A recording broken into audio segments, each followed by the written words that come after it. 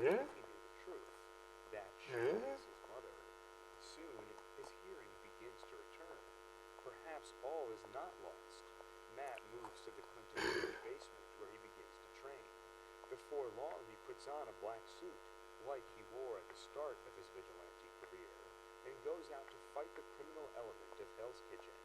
He does save a couple of innocent people from an attempted kidnapping, but the fight ends with him on the ground, asking not for the criminals to stop, but to finish the job, because as a good Catholic, of course, Matt cannot bring himself to take his own life. They spare him, and in the days that follow, Matt is reinvigorated by an old enemy, Wilson Fisk.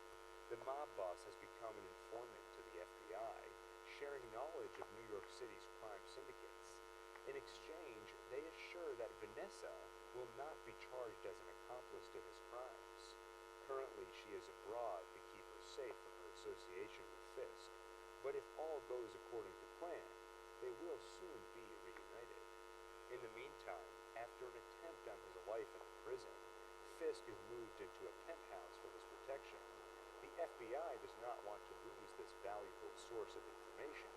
They're already racking up so many arrests off his tips. Fisk living a high life on the road is killed. That doesn't sit well. Matt finds Foggy, who until now thought he was dead, but it is not a friendly reunion. Matt is here because he needs something. Foggy still has the credentials needed to get inside Rikers Island. Matt swipes his bar ID and uses it to get inside.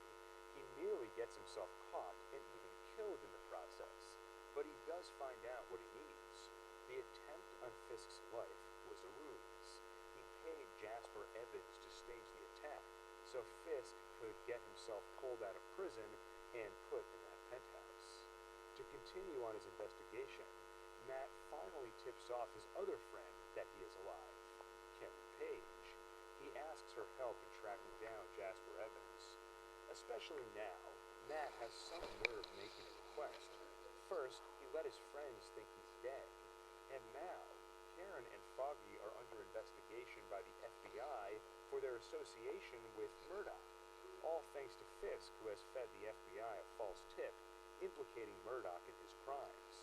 Fisk has claimed that Matt has been working for him as a lawyer, laundering money, bribing law enforcement, manufacturing evidence, and more. Of course, it's all lies, but in their investigation, it is inevitable the FBI will learn about Matt's double life, and if it comes out that Karen and Foggy knew about it, they will be in trouble. So, Karen agrees to help Matt, on the condition he turn himself in to the FBI. Matt agrees that when all this is said and done, he'll do exactly that. They find Jasper Evans. They even convince him to testify against Fisk. They bring him to the office of the New York Bulletin. And it's a slaughter. A man in a daredevil suit shows up. He kills Jasper before he can testify, and anyone who gets in his way. Matt fights him off and only narrowly survives. The man in that suit is quite skilled. He is an important part of Fisk's plan. His name is Benjamin Poindexter. He's an FBI agent. Fisk took notice of him because during his transport to the penthouse, he was ambushed by the Albanians, a rival gang. Poindexter single-handedly took out many of them and rescued Fisk. Researching his past, Fisk discovered the perfect recruit to give Hell's Kitchen Resign, buddy, resign. himself. At a young age, Dex showed remarkable talent. He could throw any object at a precise target with incredible force, like a baseball at his coach's skull, for example. Killing him is what got Poindexter sent to Dr. Eileen Mercer. In him, she discovered psychopathic tendencies, a complete lack of empathy, and a proclivity for killing small animals. But over time, Dr. Mercer taught him the right things to say and do, and they learned that he can be good, or at least pass for it, if he has a North Star to follow, someone like her with morals that he can emulate, and if he has structure in his life. When she died, he had to find a new North Star, and he did, in a girl named Oh, Stalking her became Bojack. Learning of this, Fisk arranged for her to run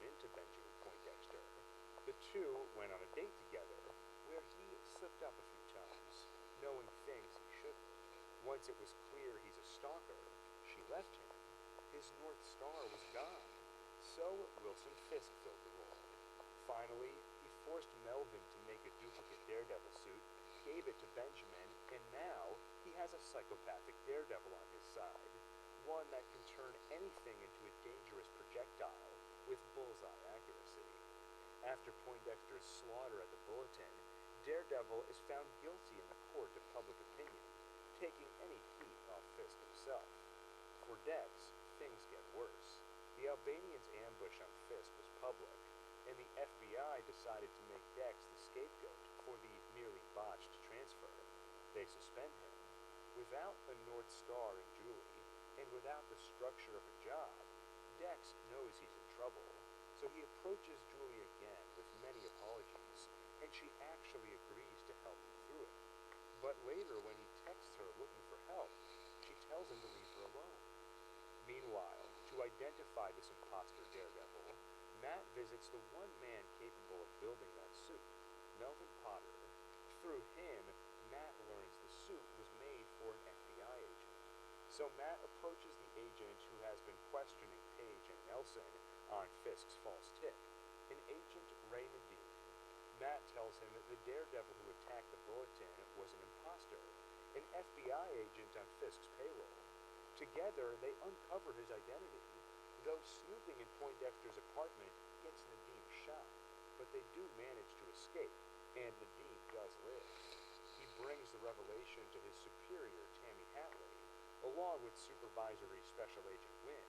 That's when Nadeem finds out just how deep the rot at the FBI goes.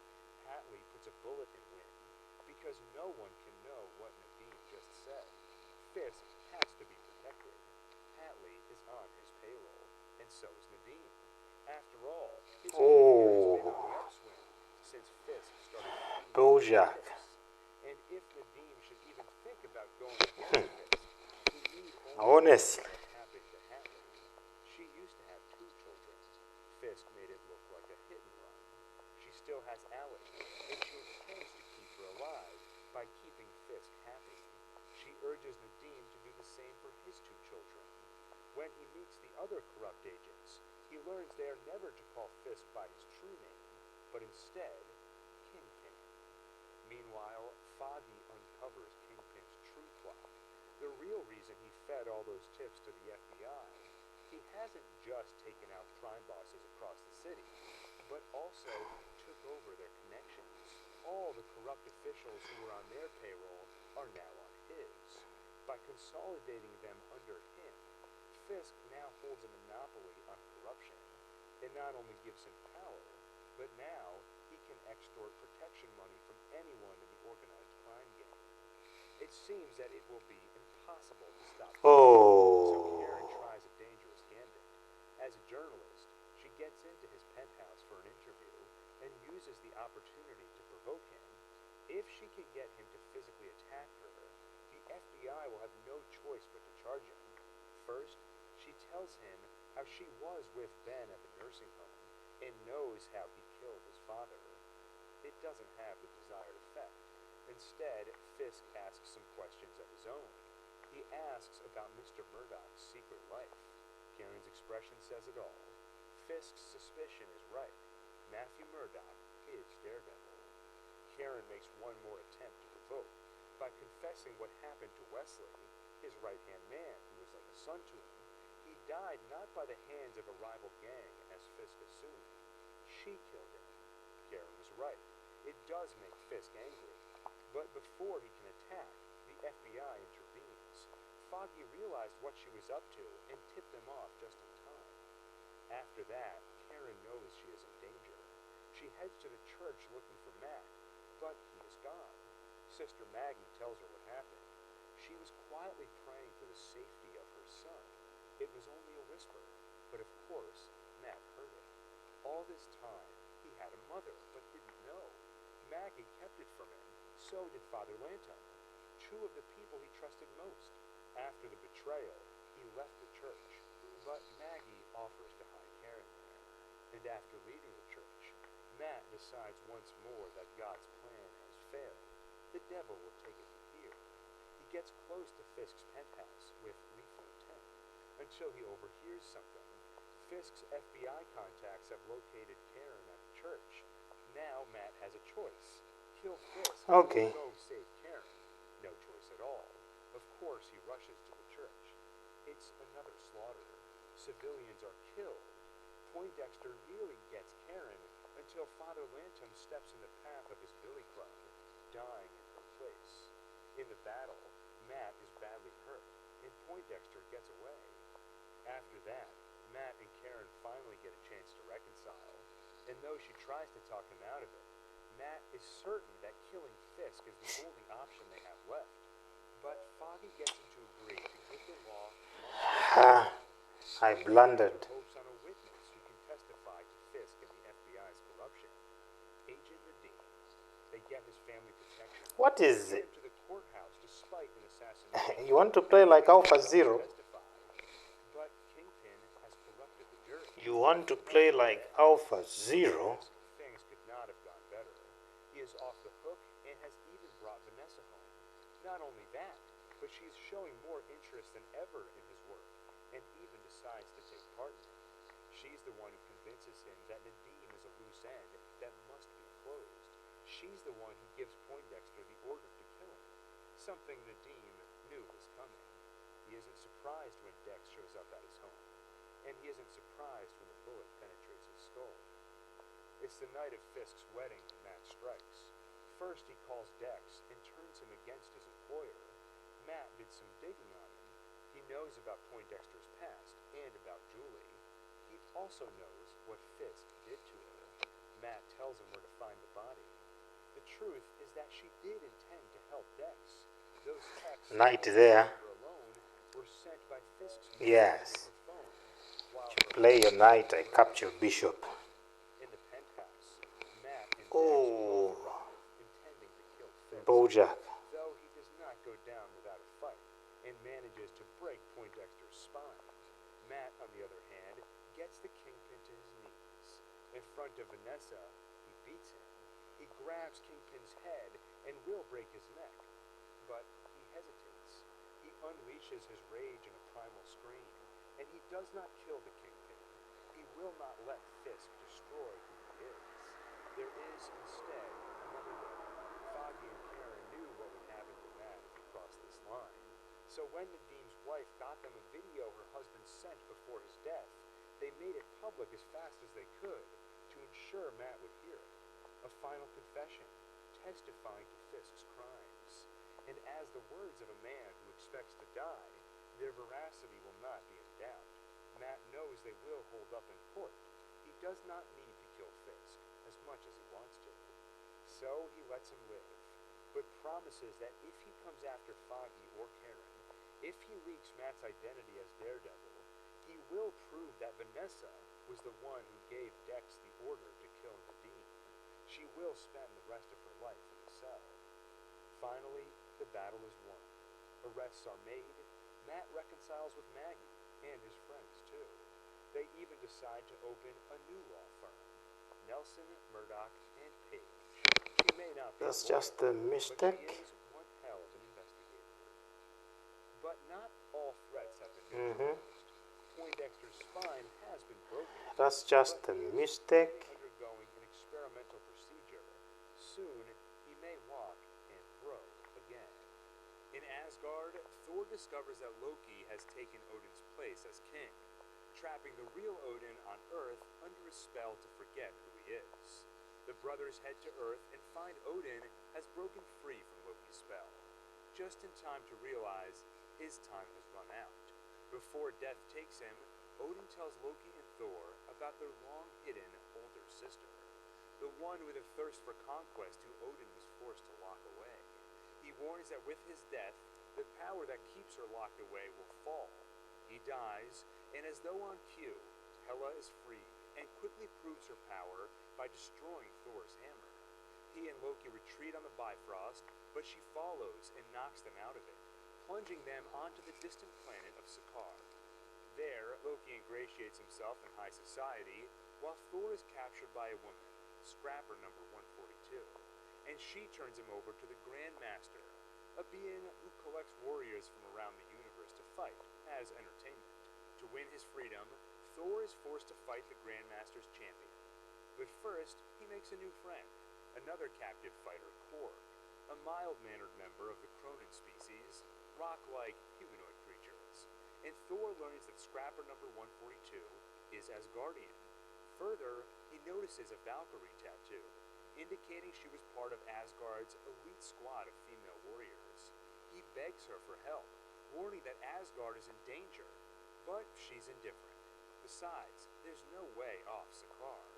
Time comes for Thor to face the Grandmaster's champion, who turns out to be the Incredible Hulk. The fight is even matched until the Grandmaster intervenes, turning the tide in his champion's favor. Afterward, Thor and Hulk chat in the locker room, where, with his limited vocabulary, Hulk explains that he arrived on Sakaar in the Quinjet, which he took after the battle with Ultron. Thor asks for his help escaping, but Hulk is happy on Sakaar, spending his days smashing. Left on his own, Thor calls to Heimdall, who shows him the state of things in Asgard. Hela has taken over, and without Thor's help, she'll soon... I'm playing poor Thor chess. relays this message to Playing Valkyrie, poor but chess. after losing all her friends to Hela thousands of years ago, she has no desire to do it all over again. She'll stay here, safe on Sakaar.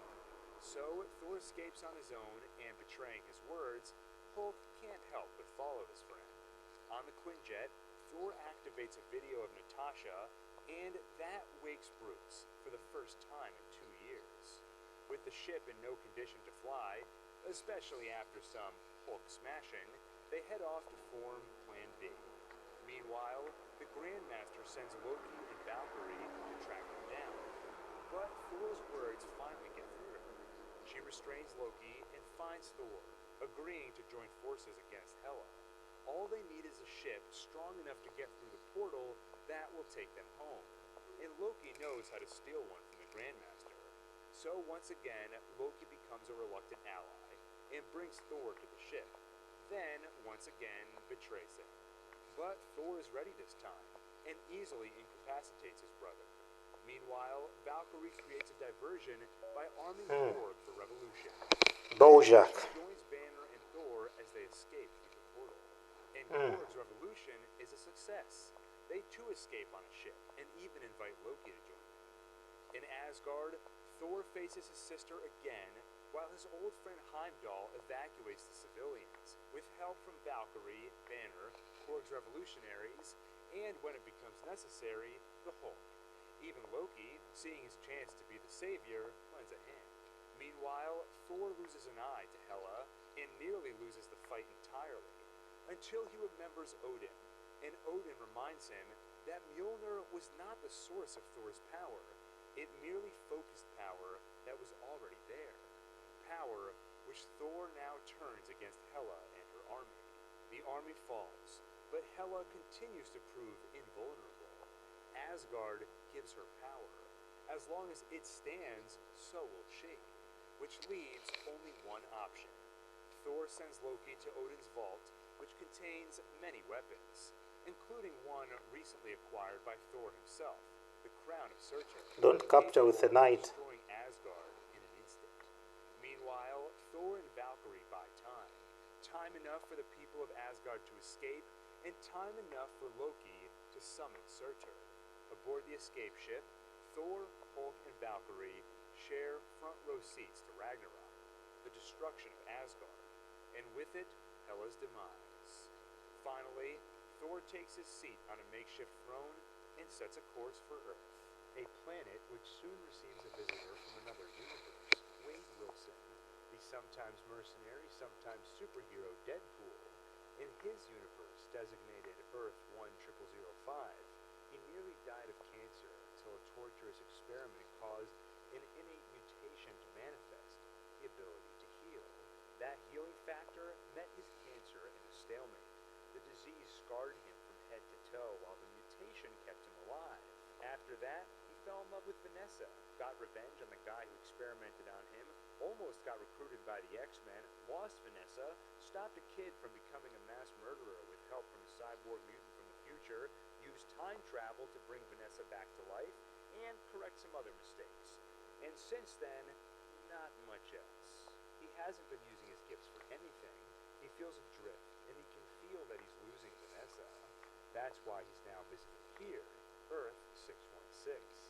He caught wind of the Avengers and figured that'd be the best way to become something more. Something that Yes. but Happy Hogan, Bojack. in this matter, turns him down. Maybe Deadpool needs to be an Avenger. Finally. Iron Man, Thor, and the others don't do the job because they need it. They do the job because people need them. Deadpool returns to his universe disappointed to a relationship destined to end. In Hokkaido, Japan, Danny Rand is still on a journey to understand the legacy of the Iron Fist, and he seems to be making great progress. I pray his legacy is what is left of me. Orson Randall, the guy Copper who cannabis sent giving me others leprosy. of his prior Iron Fist. Also, Danny now Looking, owns pistols and shoots looking. infused bullets. But New York City is not left Double M. the Iron Fist is still there, still held by Colleen Wynn, who wields a sword infused with chi. In Michigan, Frank Castle is trying to live a quiet life under the assumed identity of Pete Castiglione until it happens. It was bound to happen eventually. Castle was going to see some bad guys in need of punishment, and old habits would return. At Lola's Roadhouse, he hits it off with the bartender, Beth. They even spend the night together, but it all goes to hell when Frank sees some people threatening a young girl. He protects her. That puts him in their crosshairs too, and more bad people are coming for them. The girl, Amy, doesn't tell Frank why they so badly want her dead, but eventually the truth will come out. Amy was part of Fiona's crew. She would take in young people who needed food and shelter in exchange for them helping her with certain unsavory jobs, like taking photos of important people they don't want getting out, blackmail. This time it was U.S. Senator David Schultz in the company of another man, something his small-minded parents don't want getting out. So they sent John Pilgrim to make sure it doesn't. Pilgrim is a dangerous man. In his old life, he was a killer for the Aryan Brotherhood. He's since found religion Bishop with the blocks Schultz to help, protect the and rook. given a new life. That's Found that's a very very wonderful, remarkable. While Pilgrim is out on his job, they're taking care of her and their two kids. And Pilgrim has been working efficiently so far. Fiona and her crew are already dead, with Amy as the one exception. She would have been an easy loose end to tie up, if not for the Good Samaritan who's decided to protect her, Frank Castle. Plenty who have come for her are already dead, and he stacks up more kills by the day. And for him, it's a war on two fronts, because Billy Russo recently escaped the facility. Ever since his bout with the Punisher, Russo was left with a mind as broken as his face. He can't even remember what he did that was so bad. The jigsaw pieces just don't fit. Frank was like a brother to him. Why does he so despise him now? Once Russo is out, Madani brings Frank back to New York.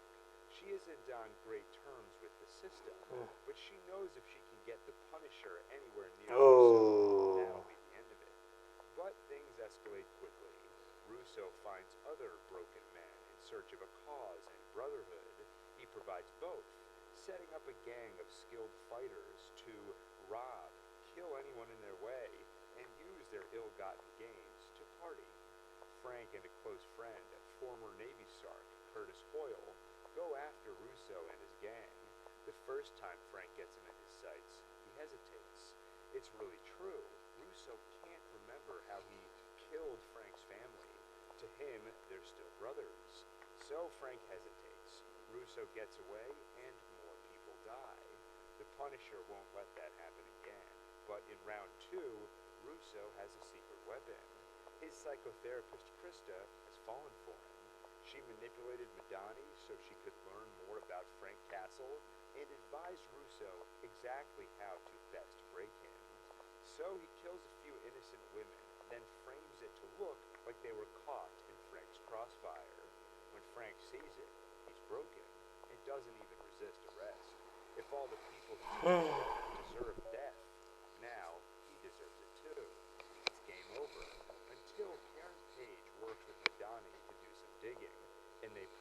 Bone Cloud. Frank's bullets, it was Russo. Ah, you gotta lose this. Finally puts an end to both wars.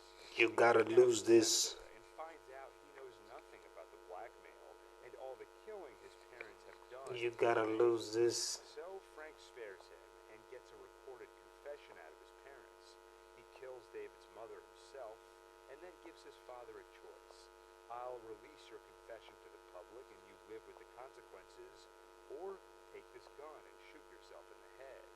Frank and Amy leave the mansion before a bang and flash of light reveal Anderson Schultz's choice. As for Pilgrim, Frank spared his life, in part because Pilgrim was manipulated by the Schultzes. They apparently held his children hostage to force his hand, and while he was on their wild goose chase, his wife passed. Then, for all this work, the Schultzes ultimately planned to kill him too, to tie up the final loose end. Frank lets Pilgrim walk rather than orphan his two children. Finally, Madani confronts Russo's therapist, Krista, which turns into a fight, which turns into Krista half dead on the ground after Madani throws her out a window, which turns into Madani fighting Russo. Both walk away from the fight alive, though Russo is on borrowed time. Madani put 3 bullets in him. Frank finds him crying and bleeding out. Russo stammers something of an apology for whatever sin he can't remember. The Punisher doesn't let him finish. Instead, he does what he should have 2 years ago on that carousel in Central Park. He puts 2 bullets in Russo's chest, wounds he won't walk away from. Russo's dead, and there's no one left to come after Amy, so it's time to say goodbye.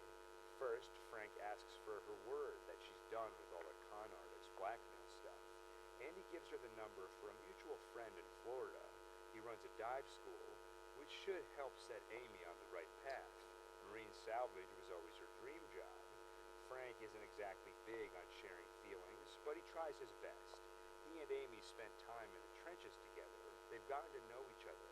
He's even told her a little about his kids. He can't put it all into words, just a few. He tells her how sometimes you find things and they change your life. She gets it. She hugs him and she leaves for the bus. Elsewhere in New York, another vigilante is on the rise, Trish Walker.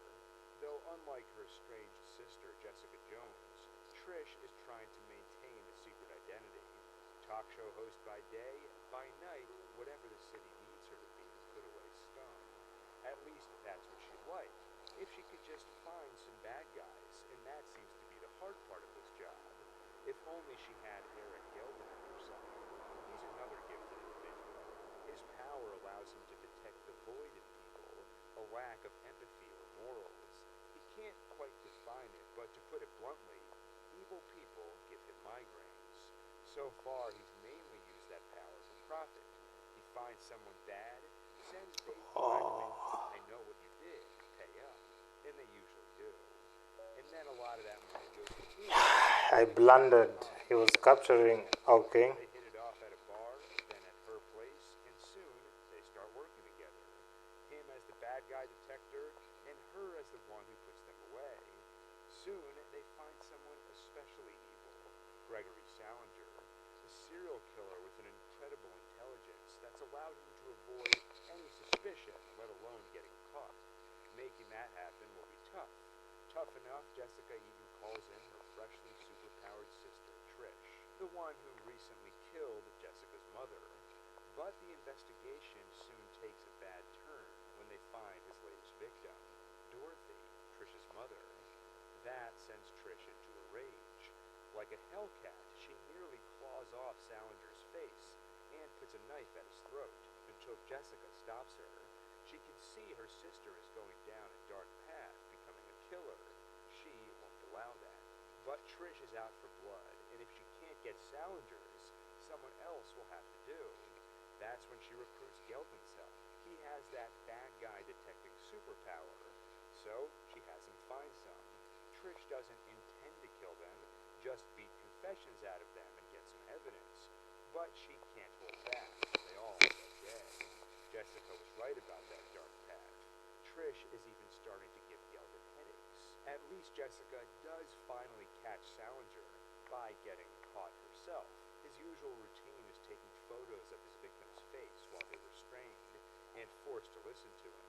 He wants to capture the moments where those victims reveal their true selves. While interrogating Jessica for her truth, she gets him talking about killing Dorothy. Before he can finally kill Jessica, she frees herself and reveals the new security system she added to her home. She recorded their entire conversation, including his confession. Now, Salinger will finally face justice. But that isn't good enough for Trish. She breaks into the courthouse and unleashes her rage, tearing him apart, keeping the elevator in his blood. Of course, Jessica knows who did it, and she knows her sister will keep killing. She has to be stopped. But how?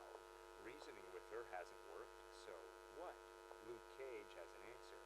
He shows up at her office, dressed for his new job as Harlem's crime boss, and he tells her about his experience with his brother Willis, how they were close once, but Willis did a lot of bad things, and Luke had to put him away.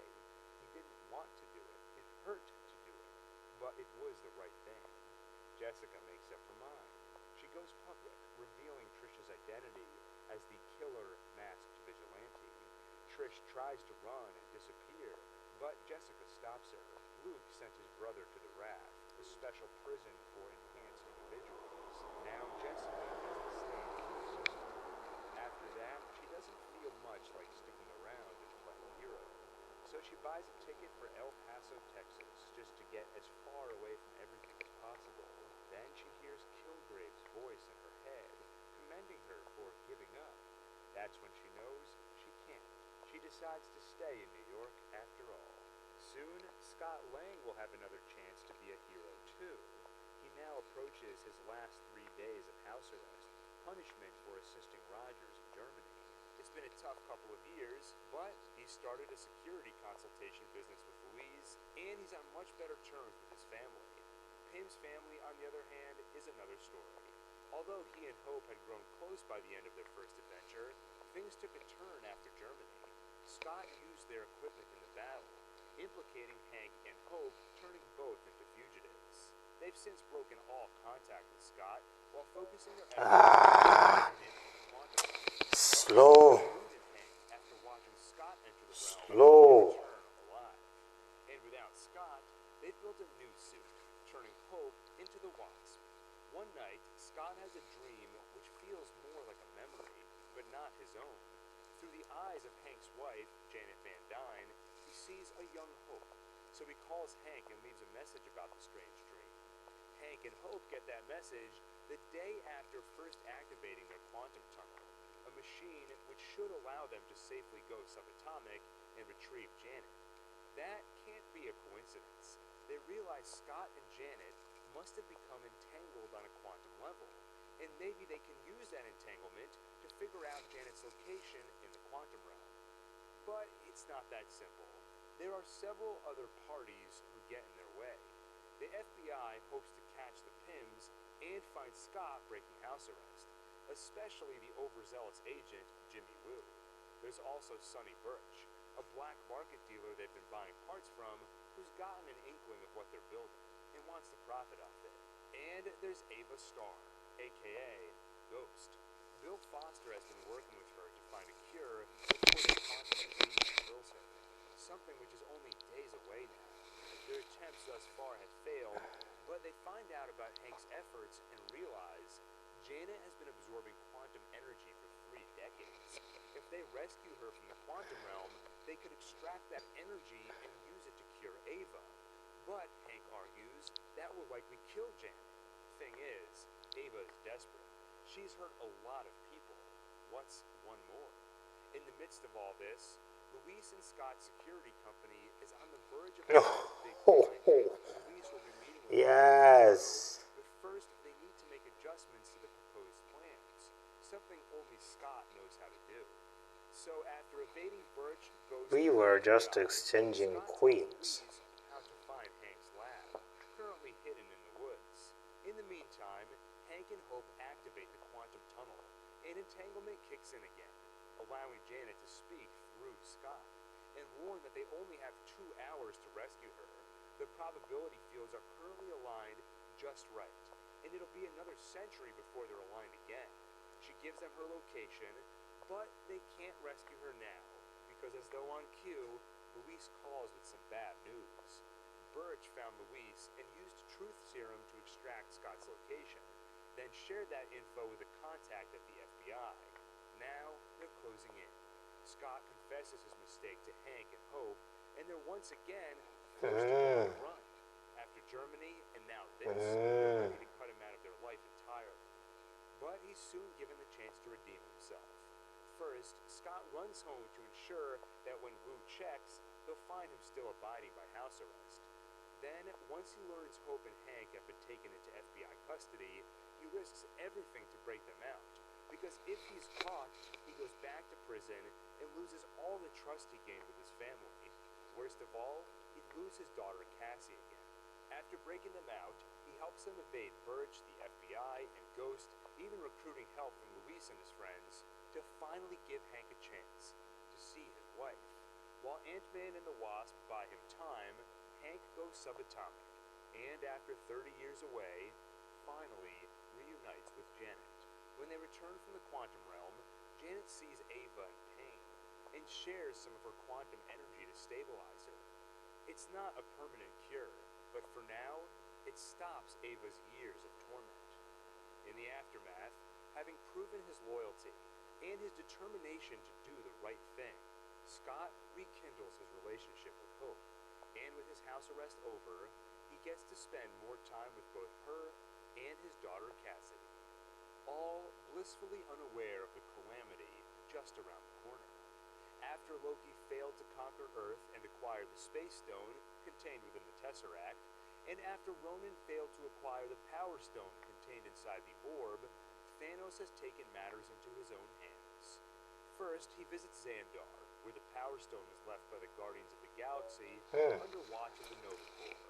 Thanos executing half the planet and leaving Is that Night? stones, already making him one of the most Is that Night? Oh, no it isn't. Next, he finds Thor and the remaining Asgardians still on their journey to Earth. Hulk makes a valiant effort, but in Thanos, he's finally met his match. To save Banner's life, Heimdall uses his last ounce of energy to call on the Bifrost and send him to Earth. Heimdall pays for that with his life. Next, Thanos turns his attention to Thor, demanding they turn over the Tesseract. He nearly kills Thor, until Loki finally confesses that he grabbed it from Odin's vault before evacuating Asgard. He hands it over, then pledges allegiance to Thanos, but only as a ruse to get close. He makes his move, but Thanos has the Power Stone and easily kills him. Then he destroys the ship and leaves with 2 stones in his gauntlet. On Earth, Banner lands in Doctor Strange's sanctum, where he warns of Thanos' arrival. They quickly recruit Tony for the incoming battle, which is there before they know it. Ebony Maw and Cole Obsidian arrive to collect the Time Stone, protected by Doctor Strange and his spells. As the fight begins, Hulk refuses to emerge, humiliated after losing his fight with Thanos. But on a class trip to MoMA, Peter notices the carnage and joins the fight. The battle ends when Maw subdues Strange and pulls him aboard their ship, but Iron Man and Spider-Man, protected by a space-ready suit from Stark, manage to sneak aboard and kill Maw. Then Tony makes a bold decision. Rather than head home, what if they do something Thanos would not expect? Take the fight to him by heading to his home planet, Titan. Strange agrees, but first makes a promise. If it comes down to saving Peter, Tony, or the Time Stone, he'll choose the stone every time. The fate of the universe depends on it. Meanwhile, more of Thanos' forces go after the other Infinity Stone held on Earth, the one in Vision's skull, the Mind Stone. He and Wanda are currently in Scotland, falling in love, until they're attacked and Vision experiences something unfamiliar to him: pain. They might actually lose this fight. He begs Wanda to leave. He may die, but at least she can live. Wanda refuses, and soon it doesn't matter, because the children of Thanos find them and leave no escape. The 2 of them don't stand a chance, but they aren't alone. Captain America, Falcon, and the Black Widow arrive. Together, they fight off the villains. Regrouping at Avengers HQ with War Machine, they decide on their next move. Vision points out that Wanda could destroy the Mind Stone with her power, but Wanda and the rest refuse. They don't trade lives, and they realize there's another way. With advanced technology, they could separate Vision from the stone and then destroy it. And Steve knows exactly where they could get that sort of technology. Wakanda. Meanwhile, the Guardians of the Galaxy respond to a distress signal and find the destroyed Asgardian ship. They bring Thor aboard, and he gets them up to speed, letting them know Thanos has begun his conquest, and he has a pretty good idea where he's going. Nowhere.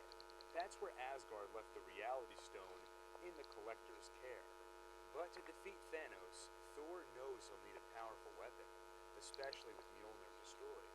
So the team splits up. Thor, Rocket, and Groot head to Nidavellir, the place where Mjolnir was originally created. Peter, Gamora, and the rest head to nowhere. On the way, Gamora confides in Peter. She knows something which would help Thanos get the stones. Keeping that knowledge hidden is more important than her life, so she begs Peter to make a promise. If Thanos gets her, and Peter has the chance... Oh yeah, good game, buddy. Good game. ...to find Thanos interrogating the Collector. Gamora moves I'm playing pathetic chess. I am playing pathetic chess. until Thanos drops the charade. None of this is real. Okay. The fact is, they were too late, and Thanos already has the Reality Stone, which is how he was able to create this fantasy and ensnare Gamora. Now in her father's clutches, she begs Peter to fulfill his promise, to kill her. They finally profess their love for one another out loud, just before Quill pulls the trigger, only for the gun to vanish. Another reminder of the Reality Stone. Shoot. Thanos is in control. He leaves with Gamora. Now he has 3 stones and 3 to go. Next, he seeks the Soul Stone. Yeah, it's okay. Something he once sent Gamora It's okay. to find. She claims not to have found No, it, it but he isn't knows okay. his daughter is lying. So he tortures her sister until Gamora acquiesces, revealing the stone's location. Vormir. There, they find Red Skull transformed by the Space Stone into the Soul Stone's caretaker. He informs Thanos that the Soul Stone is unique. It carries a sort of wisdom. To ensure that whoever possesses it understands its power, the stone demands a sacrifice. You must lose that which you love. A soul for a soul. Gamora laughs. She finally got what she wanted most, to see her father fail. How can he sacrifice what he loves if he loves nothing? But she is wrong. He loves his daughter. And once she lies dead in the pit below, the Soul Stone is his. Meanwhile, Thor, Rocket, and Groot arrive on Nidavellir to find Eitri, the sole survivor of a recent visit from Thanos. He tells them what happened. Thanos forced them to build his gauntlet to harness the Infinity Stone's power, then killed all but Eitri and shut down their neutron star. To build a new weapon for Thor, they'll need to reignite the star. You are late. He nearly kills Thor, but he gets it done. You're late, one. Was born in the heart of a dying star, an axe powerful enough to call on the Bifrost itself. All it needs is a handle, so Groot grows him one. Elsewhere, Nebula escapes her confinement and calls the Guardians to meet her on Titan. She knows that's where Thanos will go. So when Stark, Strange, and Parker land, they run into the Guardians. The 2 groups fight until they realize their common cause and prepare for Thanos' arrival. But first, Strange looks into the future, and out of the 14,605 he views, there is only one where they succeed. Soon, Thanos arrives. The team fights with everything they have. Mantis puts him in a trance, and they pull the gauntlet, inch by inch, sliding it off his arm. Then Quill asks where he took Gamora.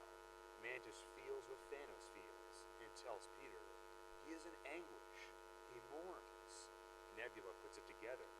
A soul for a soul. He killed Gamora. Tony sees the rage in Quill's eyes, and begs him not to engage. We've almost got this off. Tell me you didn't do it. Peter begs Thanos. I had to, the Mad Titan responds. No, you didn't, Peter says. At first quietly, then loudly before striking him, inadvertently breaking Mantis' spell. Now, Thanos fights back and gets the better of them.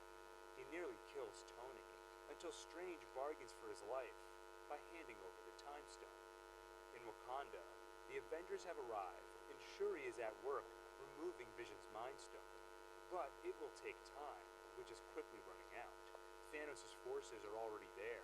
Wakanda's forces and the Avengers do their best to hold them off, but soon, Thanos himself arrives. One by one, the Avengers fall. Time has officially run out. Vision tells Wanda to destroy the Mind Stone. He reminds her that half the universe depends on it. He knows it's not fair that she has to be the one to do it, and he tells her he loves her. Before Wanda destroys the stone and Check. But with the Time Stone, Thanos has the ability Okay. to reverse time. Access she did not have. Vision returns to life just so Thanos can rip the stone from his skull and kill him all over again. Finally, he has all 6 stones. Nothing stands between him and his wish to eradicate half of all living things, except the god of thunder. Thor arrives with Stormbreaker and puts it in Thanos' chest. You should have gone for the head, Thanos says, then snaps his fingers, and half of all life in the universe vanishes. On Titan, just before Strange disappears, he looks at Stark and reassures Tony there was no other way. And Peter, with his spider sense, knows he's part of the half that will disappear, and begs Tony for help he can't give. I don't want to go, sir. Please. Then he apologizes for letting down his mentor. I'm sorry, Peter says, before turning to ash. Elsewhere, Hank and Hope Pym send Scott Lang into the quantum realm to collect healing particles for Ava. But while he's in there, they vanish like so many others, stranding Scott in the quantum realm.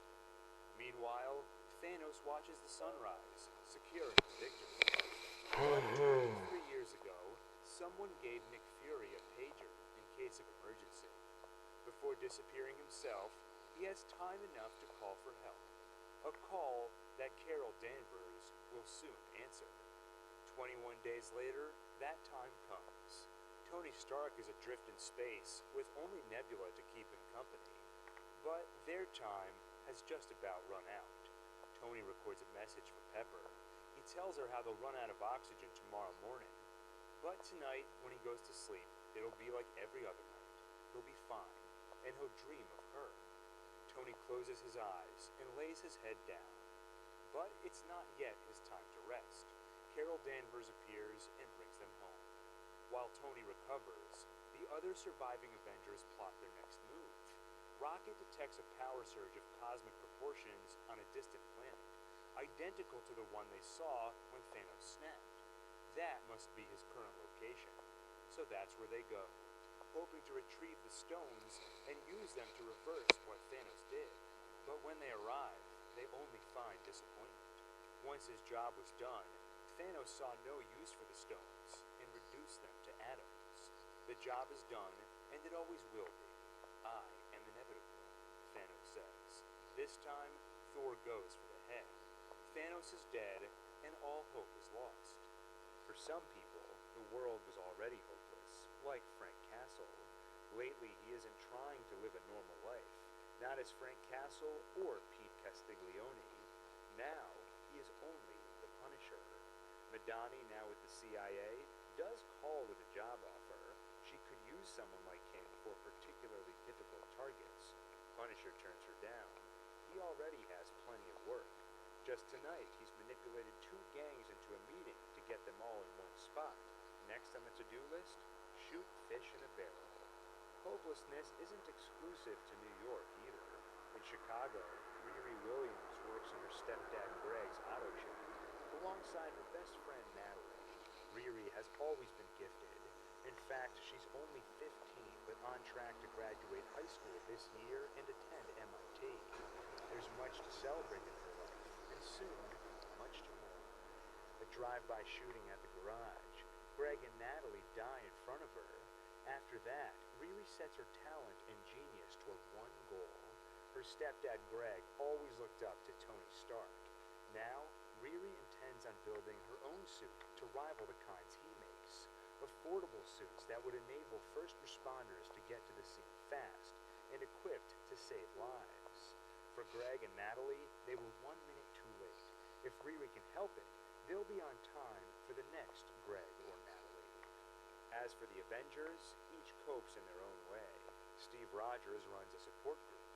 Tony Stark settles down with Pepper and raises a daughter named Morgan, a daughter who loves her father a lot. To be precise, she tells him, "I love you 3,000. Natasha coordinates with other heroes around the world to manage whatever other crises may come. Banner finds a way to solve his Hulk problem by treating it as a cure rather than a disease. Now he lives in Hulk form, but with the intelligence of Bruce Banner. Thor settles down outside New Asgard, a new home for surviving Asgardians in Norway. There he drinks, trying to forget the trauma of losing his mother, father, brother, best friend, and failing to stop Thanos. And Clint Barton, who lost his entire family in the snap, takes on the vengeful persona of Ronin. Like the Punisher, he busies himself killing anyone he deems deserving, Yakuza in Tokyo, or the Tracksuit Mafia in New York City, a crime syndicate part of the broader network run by Kingpin, who is no longer behind bars.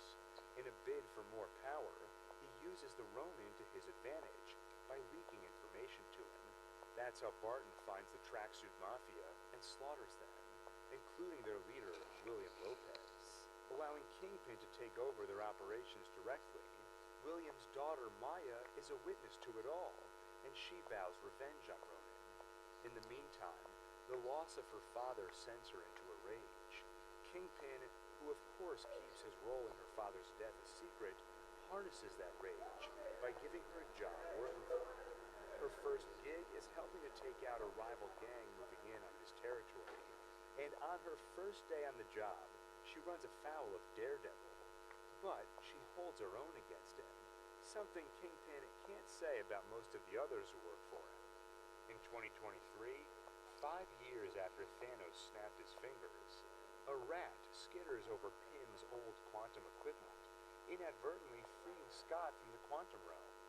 He wanders through a traumatized world, barely understanding what happened, but quickly realizing many were lost. He runs home to find with relief that his daughter was not one of them, though he did miss 5 years of her life. His next stop is Avengers HQ, where he shares he spent 5 years. Oh yeah, another reason you do not time resign, maybe they could take advantage of that and use the quantum realm, especially when you're playing Bullet. what Thanos broke. They take the idea to someone with the right expertise, Tony Stark. But Stark is a changed man. With Pepper and Morgan, now he has something to lose. This idea is impossible and reckless. But when the Avengers leave, the idea stays. It keeps him up, and he realizes it could be done. Working with Banner, he proves it. Now, they just need a plan for their time heist. They know they can't change the past, so going back and stopping Thanos isn't an option. That would just create a separate reality, leaving this one no less broken. But they can borrow Infinity Stones from that separate reality and use them to reverse the snap in this one. They just need to determine where and when each of the stones can be found. Thankfully, each of them have had experiences involving the stones, so collectively, they're able to pin them down. They split into 3 teams and divide the remaining pin particles among them. They'll have enough for 1 round trip each and no more, so there is no room for error. Rogers, Stark, Banner, and Lang head to 2012. Banner visits the Ancient One to retrieve the Time Stone. She, of course, refuses. It's her sworn duty to protect it. And if Banner were to take it, that may save his timeline, but she and everyone in this timeline would be in trouble. Banner promises to return the stones once they're done, but she can't stake the fate of their world on a promise.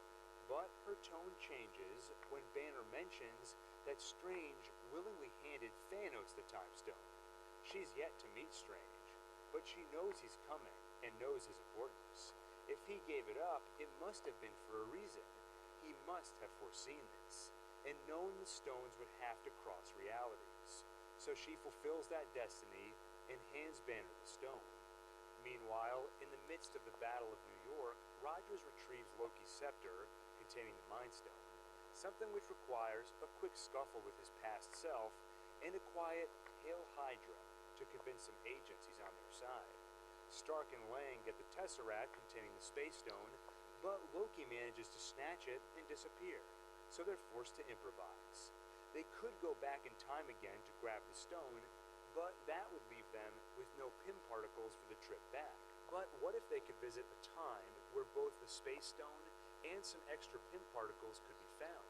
Tony and Steve head to a 1970 Camp Lehigh, Roger's old training ground. There, Tony grabs the Space Stone and Steve grabs the Pym particles. On the way, both have encounters with ghosts of their past. Tony with his father, and Steve with Peggy, someone he still pines for 78 years after missing their date. Thor and Rocket head to 2013 Asgard, where Jane is infected with the Ether, which is the Reality Stone in another form, weaponized by the Dark Elves. While Thor has an emotional reunion with his mother on the day of her death, Rocket knocks Jane out and extracts the Ether. Before they leave, Thor summons Mjolnir to replace the one he lost. Nebula, Rhodes, Barton, and Romanoff head to 2014 and split up. Nebula and Rhodes head to Morag to grab the Power Stone-containing orb before past Quill does, while Barton and Romanoff head to Vormir for the Soul Stone. But two cybernetic nebulas in one reality causes problems. Past Nebula receives the memories of future Nebula and shares them with past Thanos. The Mad Titan sees that his quest to erase half of life will be successful, but the Avengers are trying to reverse it. He intends to stop them. So they capture future Nebula and ensure past Nebula, the one still loyal to Thanos, Come on, buddy. is one to return to the Really? on Vormir. Red Okay, Skull and good Romanoff game. bargain the price of the stone. A soul for a soul.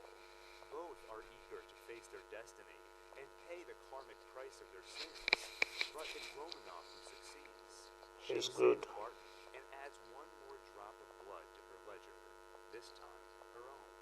Natasha dies, and with the price paid, Barton leaves with the Soul Stone. The Avengers assemble in 2023. They mourn for Natasha, then make sure her sacrifice has meaning. Using the stones takes a heavy toll, so the strongest among them, with the greatest likelihood of survival, wields Tony's homemade gauntlet. The Hulk snaps, and a call from Barton's wife tells him it worked. All those erased by Thanos have returned, though Natasha remains comes to the Soul Stone. They have little time to celebrate, as the imposter Nebula has already opened a portal for her father. Thanos attacks. Aboard his ship, past Gamora questions the captured Nebula, who came from the future. She learns that in the future, they will become friends and sisters before Thanos sacrifices her. So she frees Nebula. When the other Nebula comes and tries to kill Gamora for her treachery, future Nebula kills her past self. On the ground, Thanos takes down the Avengers one by one, even Thor. Thanos intercepts Stormbreaker and prepares to sink its blade into the god's chest. But Mjolnir flies into him, then keeps flying, because it's not Thor who called for it, but Steve Rogers. Captain America wields the power of a god and holds his own against Thanos for a little while. Soon, he's on the ground with a broken shield. Thanos calls forth his armies, and the lone Avenger stands to face his destiny, until he gets a call from Sam Wilson, letting him know he's not alone. Portals open, flooding the battlefield with resurrected heroes, summoned by Strange and Wong. Avengers, the captain shouts, assemble. The battle tips in the Avengers' favor, and when Carol Danvers arrives, their victory seems all but assured. But in this battle, only one thing matters: who has the Infinity Stones? And despite their best efforts in this historical round of keep away, Thanos retrieves them. He prepares to snap, and this time, he won't leave half the world alive, because he's seen how stubborn they can be in their grief. Instead, He'll erase everything and start from scratch. Tony looks at Strange. The master of the mystic arts holds up a single finger, silently telling Stark, this is that one future where they win. And Tony knows what he has to do. He attacks and struggles for the gauntlet until Thanos pushes him away. I am inevitable, Thanos announces, then snaps. Nothing happens. Tony's stolen the stones. The power surges through him. It's excruciating, but he summons the strength to reply. And I am Iron Man. Then snap. Thanos and his armies vanish as the stones take their toll. Stark collapses. He's quickly surrounded by loved ones. And once Pepper gives him permission to rest, the light on his chest goes dark. At his funeral, they play a message recorded by Tony, the night before their travels through time. It's a message of hope for the future, and a message of love. It concludes when the hologram of Tony looks at his daughter and tells her, I love you 3000. The arc reactor which saved Tony's life 14 years ago, engraved by Pepper to say, proof that Tony Stark has a heart, drifts onto the lake as Avengers, friends, and family remember the hero. And Stark is not the only one who spilled blood on the battlefield. Nearly every hero did, meaning their DNA, some of which contains genetic code for superpowers, lies in the open. Fury sends a group of Skrulls, including Gravik, to retrieve the blood, and this collection of DNA becomes known as the Harvest. But this will be Fury's final mission on Earth for a while, shaken by Thanos' near victory over not just Earth, but the universe. Fury lets himself do something out of character. Retreat. He accepts a position that will take him to space for years, building a complex aerospace defense system called Saber. To keep this position secret, he asks Talos to impersonate him while he's gone, and he's not the only one looking to leave things behind. Valkyrie asks Thor when he'll take his rightful place on the throne, but he decides to leave New Asgard in her care, making her the new leader. As for Thor, it's time for him to be himself for a while, rather than who he's supposed to be. So he joins the Guardians of the Galaxy in search of adventure. Later, Banner, Bucky, and Sam work with Rogers to complete some unfinished business. Now that the task is done, he needs to return the stones and Mjolnir to their rightful places in history, keeping the promise Banner made to the Ancient One. But when Steve returns from his travels, he's an old man. It seems that after completing his mission, he decided to try living life for a while. He gives his shield to Sam Wilson, and with it, the mantle of Captain America. Rogers doesn't tell him about the life he lived, but the ring on his finger says everything. Somewhere, in another time, he and Peggy are finally sharing that dance. And somewhere else, outside of time, a Loki is in trouble. In that alternate 2012, snatching the Tesseract put Loki in the crosshairs of the TVA, or Time Variant Authority. There is something called the Sacred Timeline, encompassing all the events, past, present, and future, which are supposed to occur, as decreed by 3 mysterious timekeepers. When someone does something which deviates from that timeline, like Loki stealing the Tesseract, they become a variant and create a branching reality, which eventually leads to chaos. That's where the TVA comes in. When such a thing happens, they erase that branching reality, capture the variant, and put them on trial, usually resulting in their being pruned, a polite way of saying vaporized. But Loki gets a rare second chance, because one TVA agent, named Mobius, sees something in him. Recently, a variant has been wreaking havoc. Somehow, they've been evading the TVA and killing their people. Mobius thinks Loki could help capture that variant because that variant is another Loki. Only problem is that Loki from 2012 is a villain, one who has not been transformed Yeah, that was going to be. He doesn't want to hurt people. He just needs Loki to see that too. So he shows shows him footage of his life, the life he's lived, and the life he's yet to live. All the pain and suffering he causes, but also love for his father, brother, You can't play me like that. Nonsense. Are you sure? death at the hands of Are you Thanos. sure? Eventually, Loki You want to start toying with me like that? so he hurts and kills as a desperate plea for control through fear. He also sees the TVA's power. He even finds a drawer full of Infinity Stones.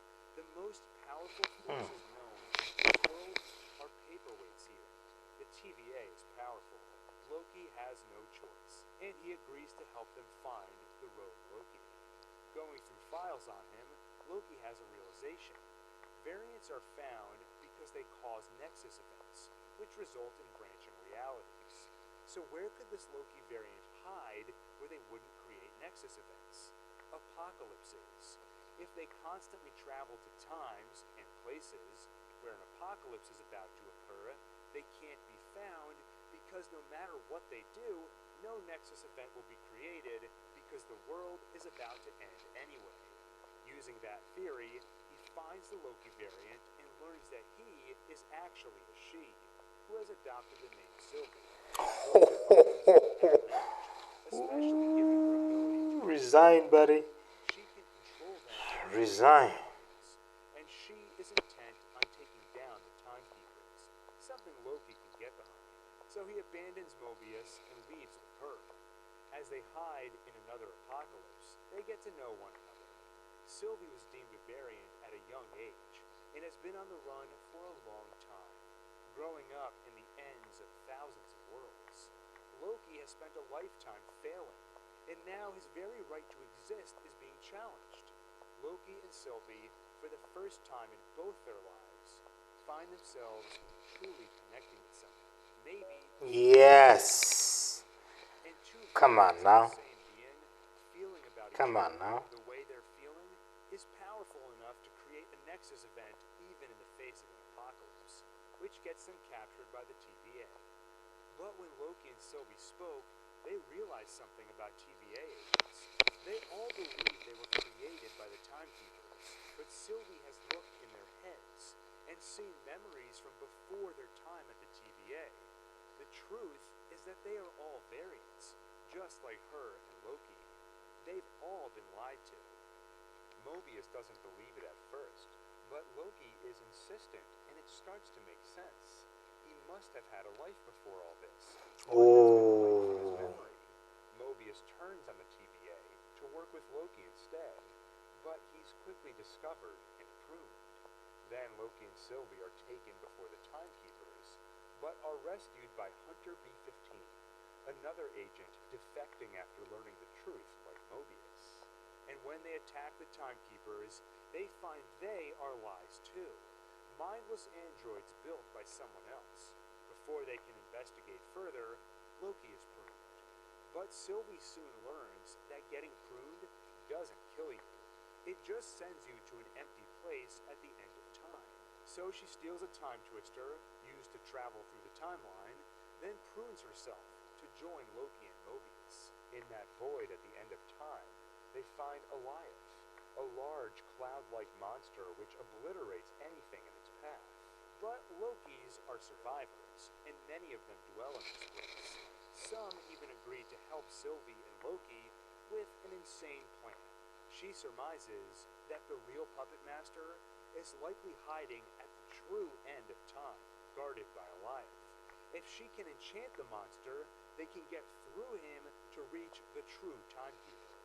She gives Mobius her stolen time twister so he can return to the TVA. Then she and Loki head through Eliath and find who they're looking for. He who remains. The strange man explains everything. Eons ago, a variant of himself lived on Earth in the 31st century as a scientist. He discovered that there were other universes out there, and he discovered how to traverse them. So he worked with variants of himself to trade knowledge and technology.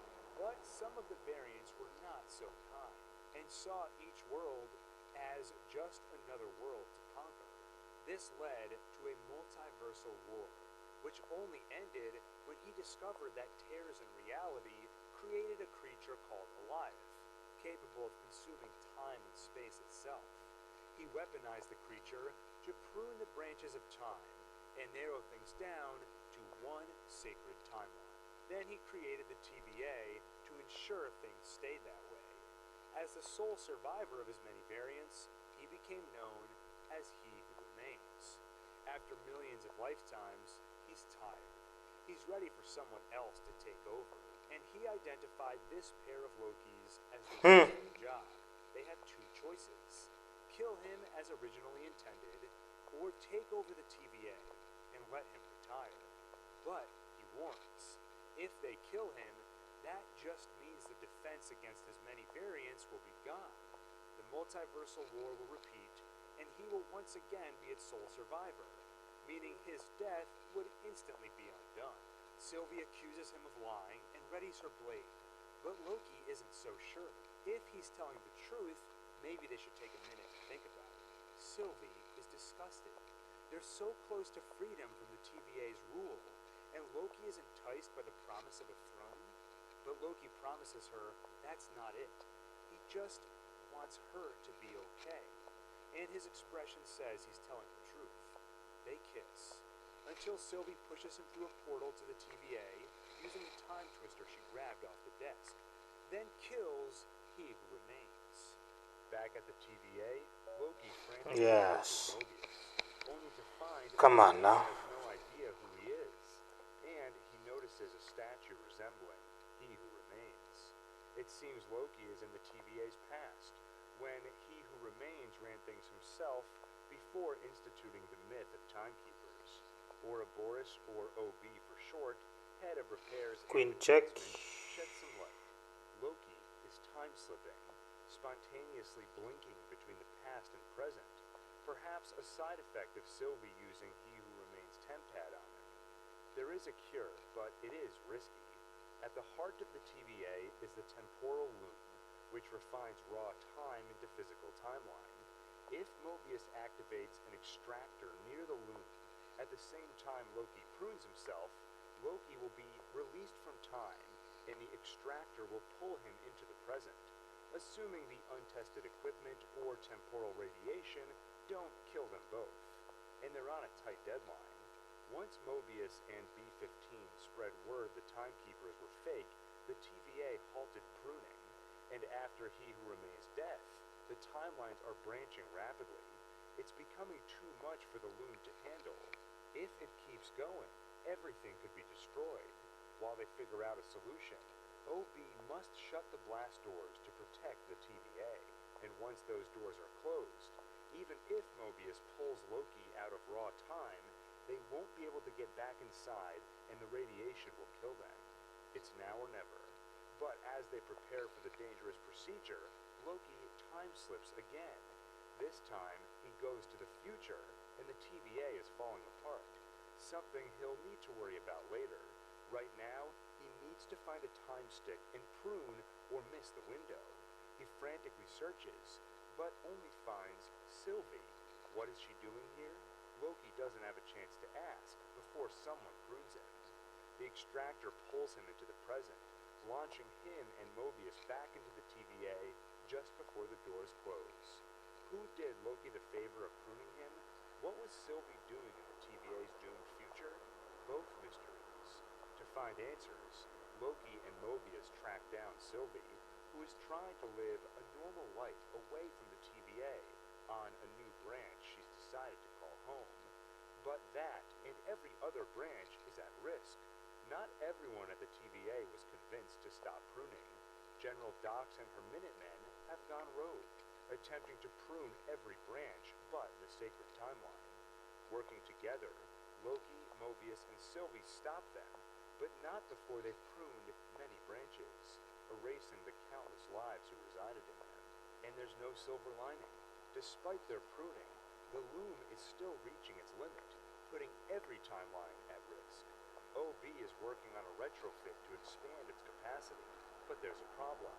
They'll have to open the containment doors to reach the loom, and as a security measure, those doors are coded to He Who Remains' temporal aura. Without him, they won't open. They'll need to get a hold of one of his variants, and Loki has an idea how. While time-slipping, he overheard a conversation between He Who Remains and Mobius's old boss, Renslayer. The two must be working together. They track her TemPad and locate them in 1893, where they find the variant, Victor Timely. Before his death, He Who Remains arranged for Renslayer and his AI assistant, Miss Minutes, to find this variant, and prepare him to lay the foundation for He Who Remains' return. They found Timely as a child in 1868 and gave him a copy of the TVA manual, so by now, he's become an inventor and expert in all things temporal. Loki and Mobius bring Timely to the TVA, while Sylvie gets a little revenge. Renslayer is the one who pruned her world and sent her on the run as a child. So, Sylvie sends Renslayer on a one-way trip to the end of time, where Renslayer finds He Who Remains' corpse and Miss Minutes, who clues her in on a secret. Renslayer once commanded He Who Remains' army, but when he instituted the myth of the Timekeepers, he erased her memory, along with everyone else at the TVA. Minutes suggests they forget about resurrecting He Who Remains, and instead take over themselves. They return to the present to recruit an army, starting with General Dox and the Minutemen. Hunter X5 joins up. The rest, who refuse, are crushed to death in a time cube. Then they kidnap Timely, but don't get much further than that. OB takes down Miss Minutes by